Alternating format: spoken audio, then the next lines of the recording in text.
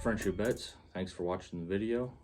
Today's video, we got 2023 fantasy football hot takes that are gonna happen.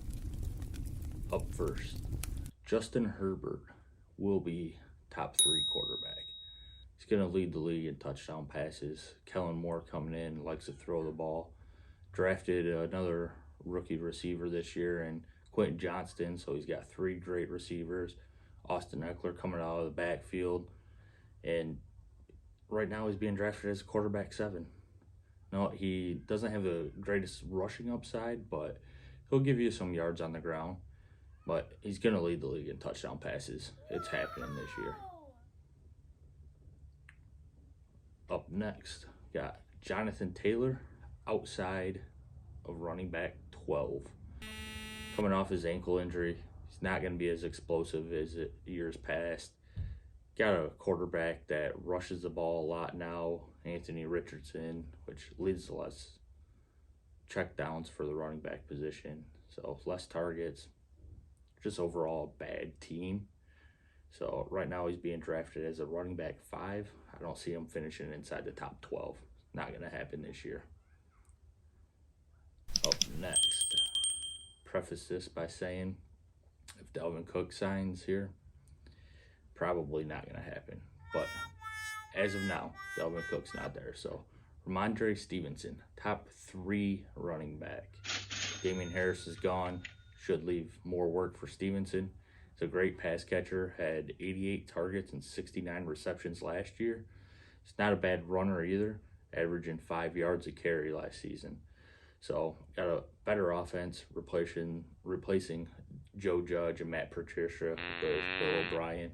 His offenses are always good when he was with the Patriots before. Great offense. He's a great offensive mind, so the offense in general should improve. And right now he's being drafted as the RB10. I got him top 3. Then we got Khalil Herbert as a top 20 running back. Montgomery's gone. Got a very run-heavy offense. And last year he was 5th of all running backs with 5.7 yards per carry. And he's just an all-around better running back than D'Onta Foreman. I don't care that they brought him in. Herbert's a better running back. Right now he's being drafted as RB35. Up next, Samaje Perine. If you watch my last video, you know I love Samaje this year. So I went over a lot of the main points in the sleepers video, but Javonte Williams, bad injury, not just a clean ACL tear. He blew up his knee, so he's not going to be back. He's not going to be healthy. The offense is going to be improved. He's a great runner and pass catcher, and right now he's being drafted as RB37. Don't see it. I think top 24 is a lock for him, but I got him top 12, RB1 this year for Samaje Perine. Receiver, DK Metcalf will be a top 5 receiver this year. He had the most end zone targets of any receiver last year and only had 6 touchdowns. In his 3 previous seasons, starting with his rookie year, he had 7, 10, and 12. So to last year only have 6 and lead receivers in end zone targets, that number's got to come up. It just has to. So he also had his most targets and receptions last year with Geno Smith. He had 141 targets and 90 receptions. Right now he's being drafted at the wide receiver 15. I got him top 5 easy. Next one, Calvin Ridley, outside the top 36 receiver. He hasn't played football in 2 years. He's going to be almost 29 when the season starts. I just don't see how everyone's expecting him to be this stud guy when he hasn't played in 2 years. He's only broke over the 900-yard mark 1 time with that outlier 1,400-yard season. So to expect him to take 2 years off and then repeat that same outlier season, I just don't see it happening. Especially when the Jags already have guys. They got Christian Kirk, Evan Ingram, Zay Jones, ETN coming out of the backfield. They don't need him. So I don't see it. I just don't see it. He'll be outside the top 36, guarantee it. Right now he's being drafted at wide receiver 21. Not going to happen. Don't waste a pick on him. Next, we got Van Jefferson as a top 30 receiver. I went over it in the sleepers video, but long story short, it's going to be a better offense with Stafford and Kupp healthy. He's already had good production. We've seen it with Stafford in the past. So the Rams don't have anybody else to be the receiver too. So it's all up to Van Jefferson, and he's going to step up, and he will be a top 30 receiver. He's being drafted at wide receiver 77 right now. Great value there. Got to get Van on your team in the late rounds. All right, everyone's lovely tight end, TJ Hockenson, outside the top 8. I don't see it. He had blow-up games, but he's not consistent. Drafted Addison to replace Thielen, who I think is a way better talent than Thielen and is going to demand targets, unlike Thielen did last year.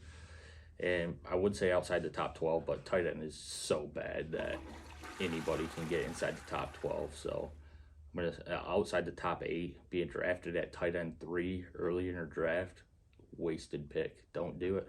Do not take TJ Hockenson going way too early. Somehow he fell to the 6th, 7th round, maybe even the 5th, but he's going in the 3rd or 4th. Don't waste a pick. Too many other good guys there to waste it on a guy that's not going to finish in the top 8. And the last one, no rookie tight end is going to finish in the top 15.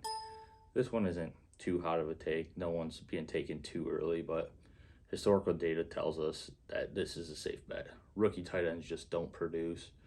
And I don't see any of these guys with a talent, freak athlete like Kyle Pitts was when he was coming out.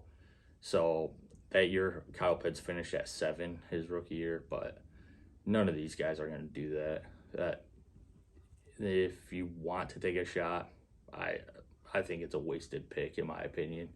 If you're not even finishing in the top 15 at tight end, there's no use in even drafting the guy, There's just not. They're not going to help you win any games. So don't take any of these rookie tight ends. Bar bet. All right, moved locations up to the bar for some bar bets. For those of you that like betting on season-long player props. Gonna try to give one of these out at the end of every video. Maybe more than one, but at least one at the end of every video. Today we got DK Metcalf over 6.5 touchdowns. If you couldn't tell from the video, I'm really expecting his touchdowns to go up. Over 6.5, I'm hammering at minus 122. It's a great bet. He's got 10 or more in 21 and 22 seasons. So over 6.5 is a lock. I got him at 10 plus at plus 300. Another good bet, like I said. Got 10 or more in 2 of the last 3 seasons. And last season had the most end zone targets of any receiver. So 10, easily doable. And also, I took him to lead the league in receiving touchdowns at plus 2,500. I think that's a solid bet, He's getting the targets. He's done 10, 12 touchdowns in his career, and I don't see it coming down. So I feel like plus 2,500 is great value for DK to lead the league in receiving touchdowns. All these odds are by FanDuel currently, so let's make some